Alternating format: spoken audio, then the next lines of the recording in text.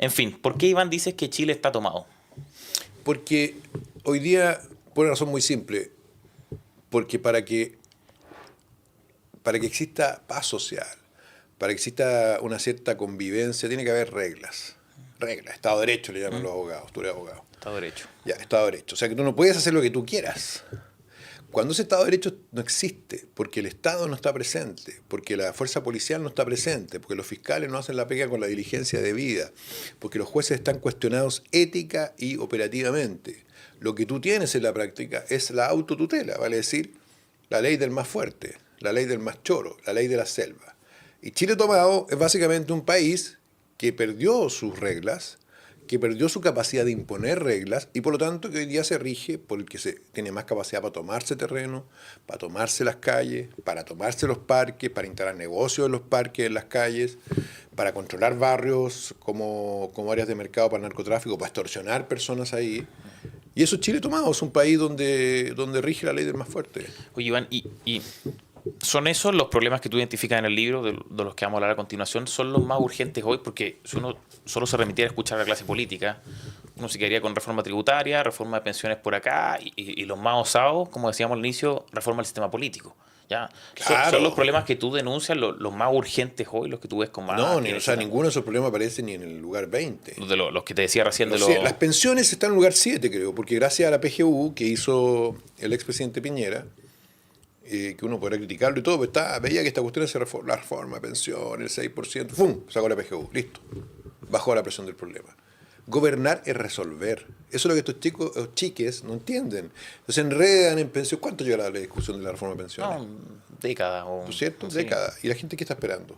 ¿Que discutan? No, solución. La PGU resolvió, bajó la presión. Entonces, hoy día la primera prioridad, delincuencia. Segundo, migración. Tercero, narcotráfico y migración. Pero están todas asociadas en el fondo. Está todo asociado todo hacia a esto, que tú no tienes tranquilidad cuando sales, que tú tienes que irte más temprano a tu casa, que la plaza no la puedes ocupar porque hay un matón que se la tomó, o la calle.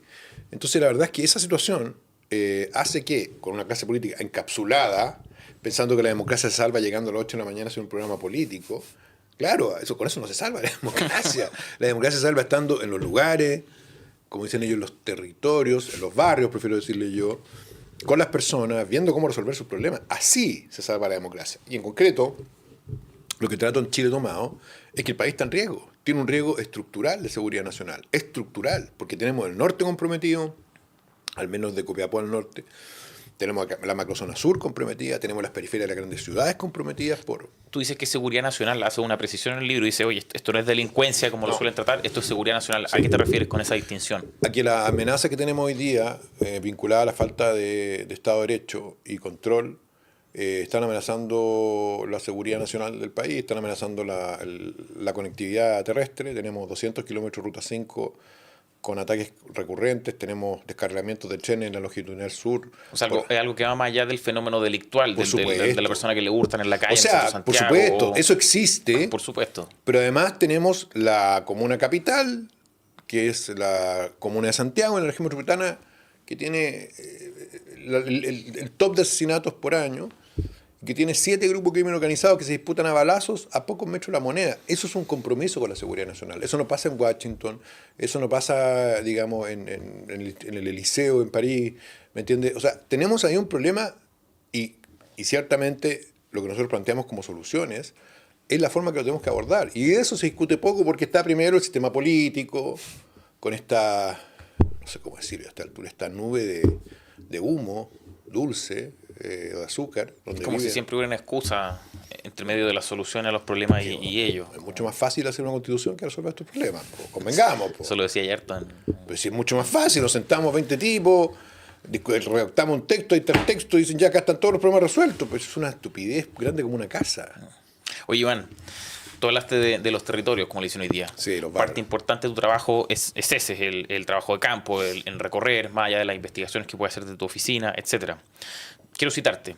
Tú dices, al caminar por los quillayes sentí el silencio aterrador de la calle vacía. Todas las fachadas estaban enrejadas y los espacios públicos abandonados. El abandono era tan grande que se veían pinturas llamando a votar por Mariana Elwin, que había sido candidata a diputada en los años 90. En general, ¿eso es recorrer los barrios de la capital, las poblaciones de la capital? y de Viña del Mar también. O sea, por ejemplo, hace 2 días estaba recorriendo un sector de Forestal Alto, que es un sector muy grande, tiene 50, 60 mil personas, en una ciudad de 400 mil, y la parte más alta de la ciudad, y había un paradero que estaba vandalizado desde el 2019, en la misma condición, quemado, destruido, sin vereda. No hubo nada, trabajo de remodelación, No, de nada, recuperación. no, está ahí como una huella, ¿me entiendes? Y eso pasa en muchos lugares, no hay escalera, hay gente que espera 20 años una calle pavimentada, o 3 años que arreglan un poste de luz, o que hay una toma y les descarga el agua servida y nadie hace nada. Entonces, eso es lo que hoy día se está viviendo en muchos sectores. Y lo de los quillayes que yo cuento ahí, donde dicho sea paso, han muerto y han atacado a carabineros. Y creo que tengo un mártir institucional ahí. Es un sector que está dominado hoy día por grupos armados, fuertemente armados, vinculados al narcotráfico, muy violentos, que tienen al alcalde de la Florida amenazado de muerte. A Carter. A Carter. Entonces tú dices, bueno, ¿qué vamos a hacer con esos sectores? Porque son muchos, yo los recorrí. A propósito de eso, son muchos. Tú haces referencia en Chile Tomado, en tu libro, a un estudio de CIPER del 2009, que Sí. dice que los barrios ocupados por el narcotráfico, por el crimen organizado, en 2009, o sea, hace 14, 15 años, Sí. eran 80 más o menos. Y Sí. que las personas afectadas eran 6.000, o sea, 600.000. 600.000, 600.000, sí, más o menos sí, así. sí. Pero después tú dices, oye, esto cambia en 14, 15 años, ya no son 600.000 personas afectadas, son 1.700.000, ya no son 80 barrios, son el doble o Sí, más, sí. 175, algo Sí, así. sí. ¿Qué pasó? ¿Cómo se desenvuelve todo esto? ¿Cómo es que opera el crimen organizado? ¿En qué se traduce esto de lo que llaman el control territorial? La base del control territorial es la ausencia del Estado de Derecho. Eso es. La ausencia del Estado de Derecho, de las autoridades, de las policías, de los servicios públicos. Entonces te pongo un caso. El fútbol, por ejemplo, muy popular en Viña del Mar, los clubes de barrio. Los clubes de barrio no tienen financiamiento. Tienen que andar al 3 y al 4, los arbitrajes, hacer rifas. Entonces llega un tipo y dice, no, yo les pago los arbitrajes, les compro el uniforme. ¿Ese tipo, el narco? Sí, un arco. Le compro un uniforme, le compro zapatillas y además le pago a jugadores 800.000 pesos por partido para que traigan buenos jugadores que ustedes puedan subir. ¿Les tinca o no? Bueno, sabemos que usted se dedica a eso, pero Pero me resuelve el problema. claro, pues me resuelve el problema. Y eso mientras que discuten sobre el sistema político los nubarrones. Entonces tú decís, bueno, y te dicen, no, es que hay que caminar y mascar chicle, ¿cierto? Pero acá, digamos, este problema es tan urgente. ¿Y para qué vamos a seguir con los otros? Entonces, el Chile tomado avanza como un cáncer, como ocurre en Santiago, como ocurre en las grandes ciudades, por la indiferencia de la élite, la falta de presencia en los barrios, ¿cierto? Y el retiro paulatino del Estado de Derecho. Oye, Iván, y esto que tú comentas está en aumento porque hay quienes dicen, expertos en crimen organizado o también fiscales, que a veces las cosas tienden a estabilizarse, ¿ya? Porque, por ejemplo, una banda, una organización criminal se impuso a la otra. Entonces, lo que le conviene ahora es una cierta paz criminal. ¿Ya? No sabemos, Pablo Ceballos, que es un ex carabinero experto de inteligencia, sacó un gran libro sobre eso y habla de esta falsa tranquilidad como una fase muy compleja, porque es la fase terminal ya. Cuando tú ya controlas un barrio, no necesitas que haya intercambio. Pero seguimos viendo nosotros, digamos, disputas a fuego, a balazos de ciertos barrios que son muy atractivos, Yungay, La Vega, Forestal, en Viña del Mar, el centro. Tuvimos 20 homicidios hace una semana Sí, atrás, 16 en homicidios, como 5 días. esos son expresiones en el fondo de pugna o de demostraciones de fuerza que según Ceballos van a seguir existiendo, e incluso cuando se logra la paz, que generalmente es negociada con autoridades, como México o como Colombia, bueno, ese es el peor de los mundos, porque tienes infiltrado ya todo. En las instituciones del Estado. Todo, del porque tú Congreso. tienes un estado del bienestar narco. ¿Cómo es eso? O sea, tienes una estructura de bienestar vinculada al narco. Paga funerales, arregla controversias, pavimenta calle, por ejemplo. O sea, es como que se tercerizan los servicios del Estado en los narcos. Como Sí, que, claro, como- por supuesto. A ver, si tú te retiras de un lugar y abandonas a las personas en las prestaciones que el Estado tiene que dar, partiendo por la seguridad, siguiendo por el pavimento, por las calles, por la iluminación, finalmente las personas tienen que resolverlo solos, ¿cierto? Y muchos lo hacen solos. Ponen una luz, la compran en un No todos recurren al narco. Pa. No todo, no. Pero el narco lo que hace es que entrega mercadería, entrega materiales, ¿cachai? Y lo hizo ahora en el incendio. ¿Eso lo viste en Viña? Por supuesto que sí, pues si ellos andaban regalando cosas. O sea, a ver, y al final del día, si tú dices, si por la incompetencia suprema de este gobierno no llegan a los territorios donde dicen que llegan ellos, bueno, va a llegar algo antes, pero eso está bastante estudiado, lo dice Ceballos también en su libro. Yo recomiendo que lean el libro de Ceballos, es muy bueno. Oye, Iván, tú también dices lo siguiente, te voy a citar de nuevo. Me tocó escuchar los reclamos de los vecinos y repetían la misma frase que en tantos otros lugares. El Estado no existía, la policía no llegaba, la municipalidad no daba abasto. Este repliegue que se produce del Estado del que estamos hablando y la arremetida de la organización de crimen organizado, tiene también un reflejo en las familias. Se repliegan también las familias. Tú hablas mucho, por ejemplo, del problema del hacinamiento. O dices que si es que afuera en la multicancha ya no pueden jugar los niños y se encierran, se tendrán que quedar en las casas. O los que salen se meten a la organización de crimen organizado. ¿Cuál es el impacto que tiene esta avanzada del crimen organizado y el repliegue del Estado de Derecho? La calle vacía, que es un fenómeno bien complejo, que las calles se apagan a las 7 de la tarde, las tiendas se cierran a las 7 de la tarde, y los niños se encierran efectivamente, aparece la consola de juego electrónico como una salida. Entonces, todas las casas tienen consola, que es un fenómeno bien impresionante que me ha tocado ver, y se enrejan, se protegen con alarmas comunitarias, con cámaras comunitarias, por pasaje se ordenan, es bien impresionante, se organizan por pasajes o por calles cortas, y ahí viven, y protegiéndose entre ellos. Y han pillado delincuentes que han sido linchados, antes de ir a dejárselo a carabineros, les quiebran las piernas. Oye, en este mismo espacio tuvimos hace unas semanas nomás a don Cristian Alvear, que él es exdirector nacional de Gendarmería. Lo conozco. Sí, y sabe mucho sobre el tema y nos comentaba que en Colombia, que en México, el crimen organizado ya estaba reclutando no voluntariamente niños, los estaba reclutando forzosamente. O sea, los traía, amenazaba a las familias si es que los querían de vuelta, etcétera. Y nos dijo que en Chile estaba pasando eso también, de manera forzada, ya el reclutamiento. Tú en tu libro hablas de, no sé si forzadamente, pero de que los narcos se instalan en las multicanchas, le ofrecen cerveza, algunos niños entran. Sí. ¿Cómo fue tu testimonio de eso? ¿Tú fuiste conversando con víctimas, conversando con familias? ¿Eso lo tienes? Sobre todo con dirigentes. ¿Y qué te comentaban las dirigentes? Que no podían hacer nada, no podían hacer nada, que lo único que podían hacer ya los niños dentro de la casa, que se tenían que enfrentar con los narcos, porque los narcos en general en Chile son atomizados, son grupos relativamente pequeños, y los líderes generalmente no viven en la población. Pocos casos viven ahí. Pero tienen sus soldados su y son conocidos por las dirigentes. Entonces, ellas los enfrentan, pero arriesgando su vida. Y sola, sin ningún apoyo. Solas.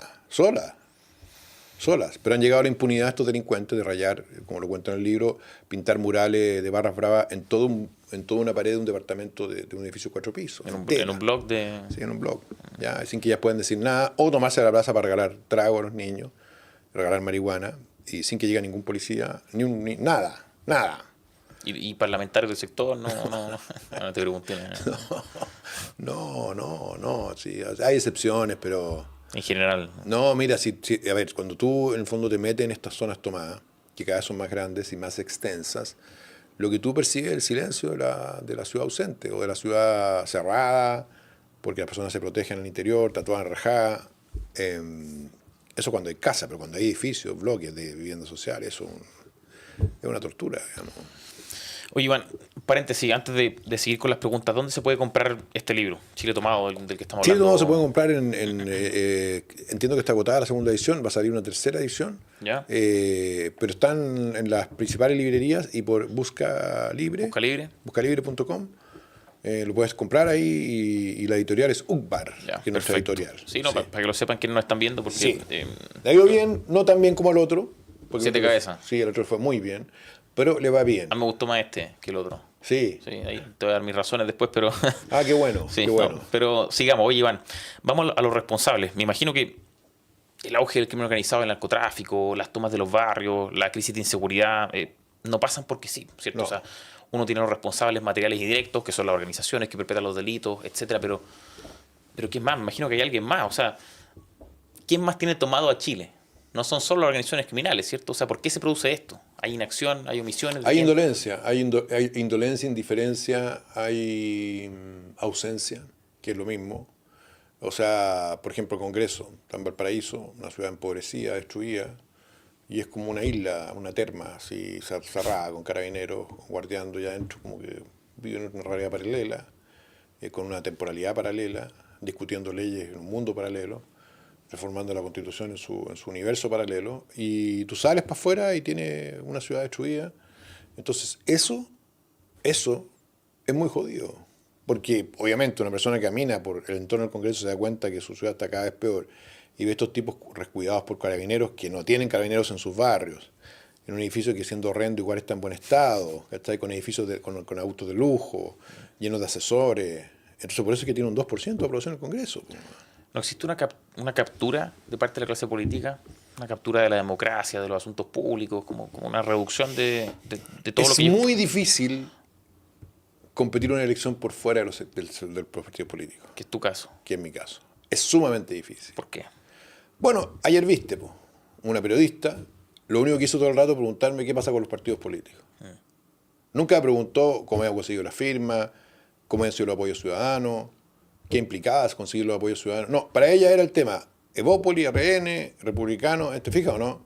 Porque tienen un seteo mental, un marco conceptual para tratar el tema de la política que está vinculado directamente a los partidos políticos y a sus pugnas. Es que de eso quiero hablar, porque, o sea, más allá del tema partidista, si es que tienen capturado al Estado como un botín, mira, tú dices en tu libro, te cito, al principio del libro, la historia oficial sigue insistiendo en que nuestra democracia se salvó el 15 de noviembre de 2019 con el acuerdo de paz y nueva constitución. No quiero entrar en ese tema en particular, pero sí preguntarte si es que ese grupo que sostiene esa historia oficial, ¿ya?, es el mismo que está, como comentábamos antes, metido en esto de la reforma del sistema político, la reforma tributaria, como que está separado, que es un grupo. Son los mismos. Son los mismos. Son los mismos. Los mismos.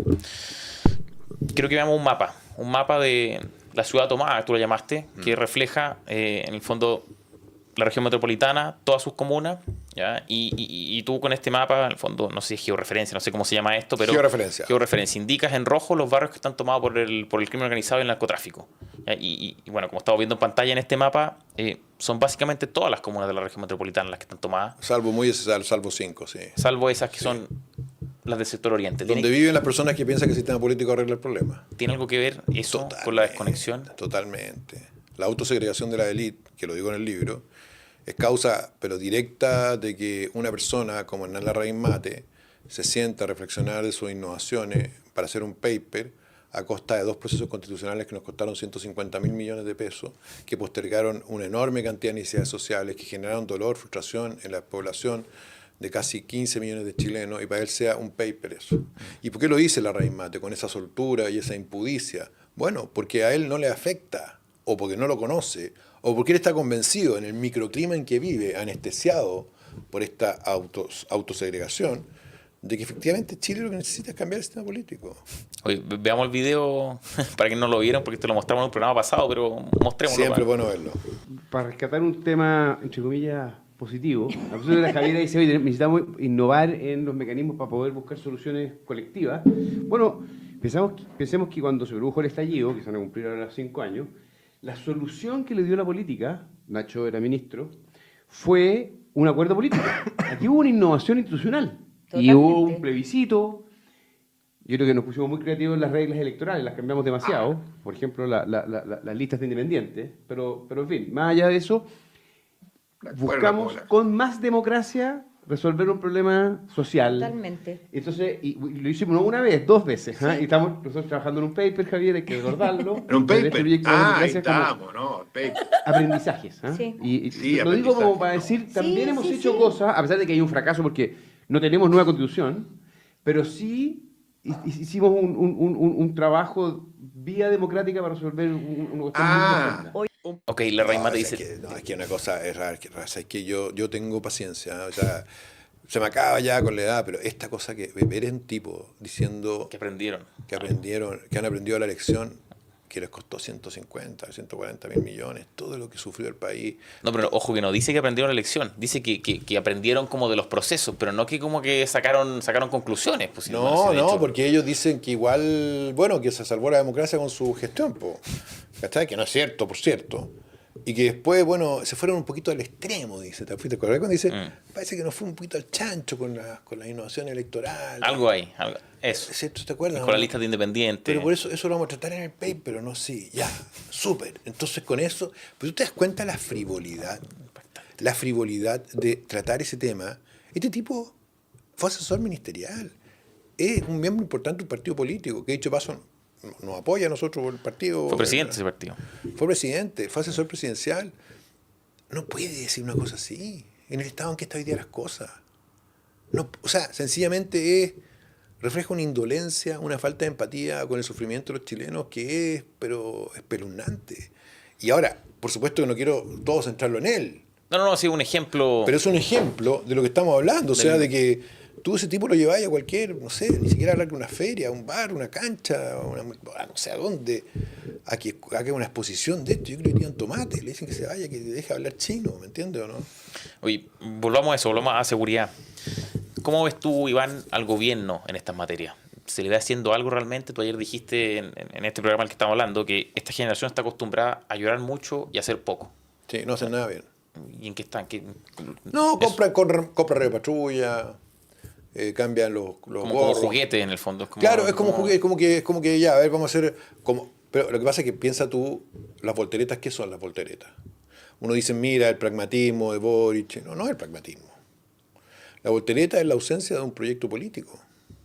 La voltereta es la ausencia de una mirada país hacia donde tú quieres llevar, porque como no tienen mirada país, porque tu único fin es el poder y las prebendas, que las usan y las abusan, entonces tú finalmente puedes decir cualquier cosa, puedes ser socialdemócrata, puede ser hasta de derecha, yo creo que pueden terminar algunos de ellos de derecha, de hecho son de derecha varios, digamos. Sí.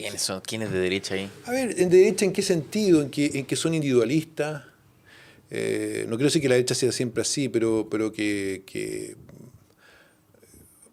podríamos decir que son hedonistas, ¿me entiendes? No sé si son de derecha, no me quiero meter en discusiones filosóficas, pero No, lo que te quiero decir es no. que de izquierda no son. No, de izquierda no son. Pero cómo no, son izquierdistas radicales, pues, Iván. No, ¿Cómo por no? favor. Pues tienen una agenda ideológica dura y pareja. Es la única que avanza, de hecho. ¿Cuál es la agenda La agenda de las 40 horas, de la ley Karin, de la ley Samudio 2.0, de la ley de la violencia de género, o sea, en eso Sí, avanza, para parar la Iván. economía. Sí, Exacto, sí. por eso. Pero eso no termina en nada. Es como que tú O me sea, digas, termina parando la economía, pues, bueno, Iván. ¿y para hacer qué después? No, pues si yo no digo que eso sea un avance positivo, es negativo, pues, pero sí es una agenda de Yo creo que tú izquierda. les das más mérito. Yo creo que ellos ni siquiera tienen eso. Dicen, ¿qué es lo más fácil de hacer? Las 40 horas porque es populista, entonces todo Ya, nos o sea, apoya. tú dices que las explicaciones por las cuales se hacen las cosas son distintas a las que Por yo veo. supuesto. O sea, no, estos tipos son capaces. A ver, si el presidente es capaz de disfrazarse de piloto de combate, po, ir a la Walmart, ya no lo hice, me acuerdo, a la Araucanía. Bueno, pero esos son movimientos tácticos, pues, Iván. Son solo... Lo que pasa es que ustedes, no solo tú, le dan mucha, ¿cómo decirlo? Tienen sobrevalorado al Frente Amplio y a la izquierda. No, pues sí, no es al frente, no es a estas personas, es a la agenda en particular que mueven. Más allá de que ellos sean incompetentes para moverla. Pero es su agenda, pues eso existe, pues, Iván. Si hay proyectos de ley todos los días. Hay Yo sé que tú el Congreso lo... No, lo que pasa es que me parece que es una discusión tan, por ejemplo, en seguridad. Se han aprobado del paquete de medidas, no sé, algunas medidas, no sé si 20, 15. que no son del gobierno. Ya, aunque sea que no son del gobierno, no tienen ningún efecto práctico. Porque el problema central que nosotros tenemos es que tenemos 40.000 carabineros, no 60.000, y esos 40.000 hay un porcentaje que tiene licencia y otro porcentaje que está... Sí, no, pero Iván, lo que yo te quiero decir es que en ese paquete de seguridad, por ejemplo, ley Naín Retamal, la ministra Toá, la llamó ley gatillo fácil. ¿Por qué? Porque algo hay con el uso de la fuerza policial. ¿Y ahora cómo le llama? Después, ley de usurpaciones, espérame, ley de usurpaciones.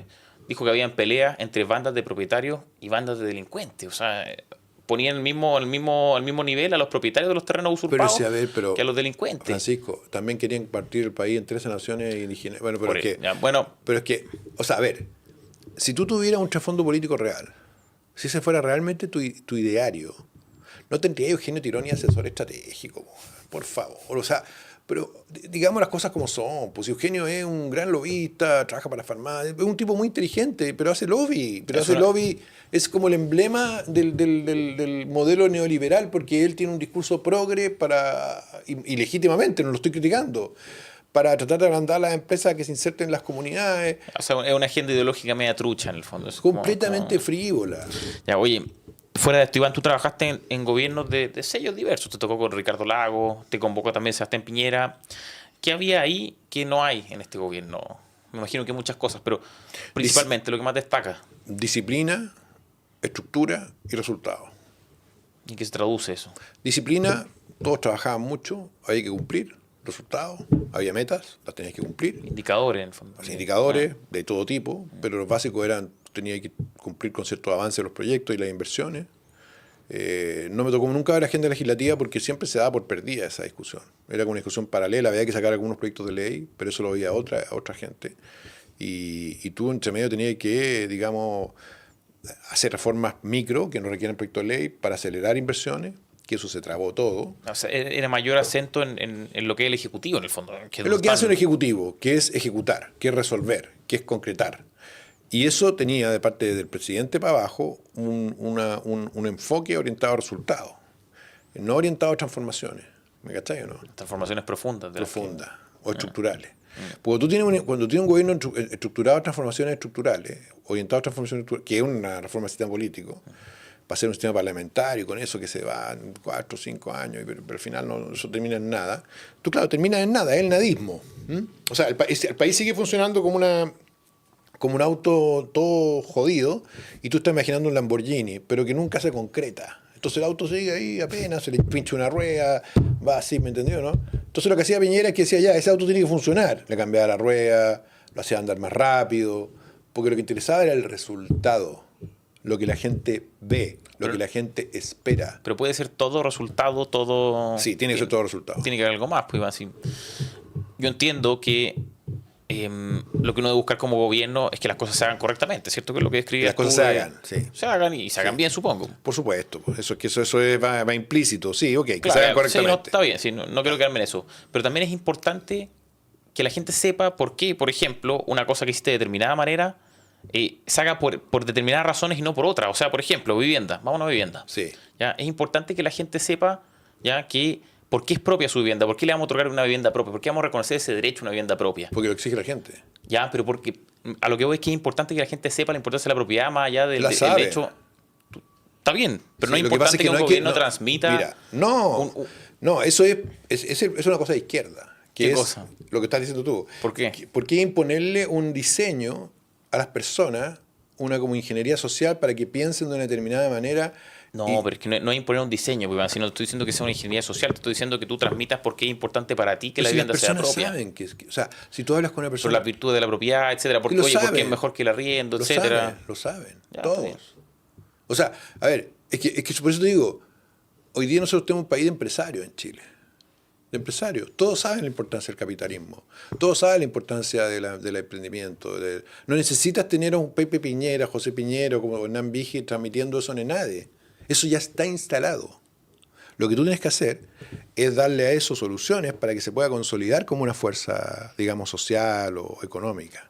¿Me entiendes o no? Sí. Y por cierto, que como autoridad puedes tomar algunas decisiones que son más ideológicas, como reponer el mérito, reponer la selección. Pero eso es, pues, Iván, si a eso voy, si no voy a que estemos discutiendo sobre la grande idea en el Palacio Marfil. Si es saber transmitir un proyecto país que no son solo soluciones, que no son solo resultados. Tienen algo, tienen eso que tú desdeñas que tienen el relato. Un sueño, no, el sueño hoy día, eso es, pero es que ese sueño ya lo tienen las personas.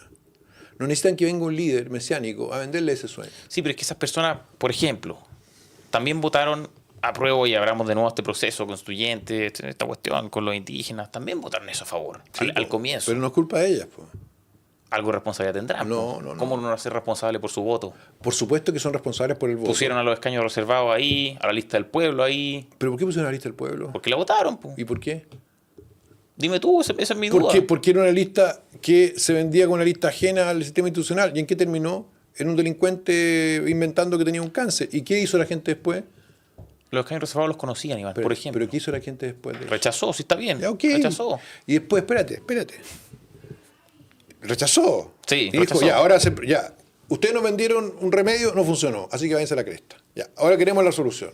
¿Y qué hizo la clase política? Fue el remedio nuevo, po. El remedio nuevo. Sí, Que era un hongo. Ya, el hongo 1 te va a permitir, si lo comes, tú vas a ser feliz, equitativo, binario, no binario, bla, bla, bla, bla, bla. Ya. ¿Sabéis que no? En realidad es una estafa. Así que no. Ya, vamos a la solución. ¿Y qué hace otro hongo, po? ¿Y qué hace la clase política? Se mete en otro hongo. ¿Y qué dice la gente? No de nuevo, po. Rechaza. ¿Y qué dice la clase política? Otro hongo chico, que es la reforma del sistema político. Y dime tú, ¿no te parece que eso es un hueveo? Con disculpas, ¿no te parece que es un hueveo eso? Constante. ¿No te parece que es tomarle el pelo a las personas? Así es brutal. Ya, entonces, si convenimos eso, tú vas hoy día a cualquier sector. Yo estoy más metido en Viña ahora, pero conozco casi toda la ciudad del país. Todos quieren propiedad privada. Todos quieren tener su negocio. Todos quieren poder trabajar y tener su auto. Todos. ¿O tú crees que alguien quiere, digamos, estar en un colectivo, viviendo en una comunidad donde nadie es dueño de nada? Como los que... Eso no existe. Si el problema que tiene la izquierda, y por eso está estructuralmente fracasada, y la única opción que tiene de gobernar es la estupidez de la derecha y su división permanente por luchas de poder y porque se olvida cuál es el objetivo final de la política. Y la inexistencia de proyecto político también, pues si no solo división el problema, yo creo. ¿Cuál es el proyecto político hoy día, Francisco? No tiene, la derecha no tiene. Pero ¿cuál es el proyecto político hoy día en la política de Chile? ¿Cuál es el proyecto hoy día? Dime tú, pues. El proyecto hoy día es recuperar, es eliminar esto. Es lograr que la gente se sienta que existe Estado de Derecho. Que puede salir a la calle y va a tener menos riesgo. Que puede llamar a un 123 y va a llegar carabinero. Que puede postular subsidio a tener una casa en un plazo de 2 o 3 años y no en 12, 15 años. Que va a tener una luminaria y que se va a cambiar. ¿Ya? Eso es el proyecto político.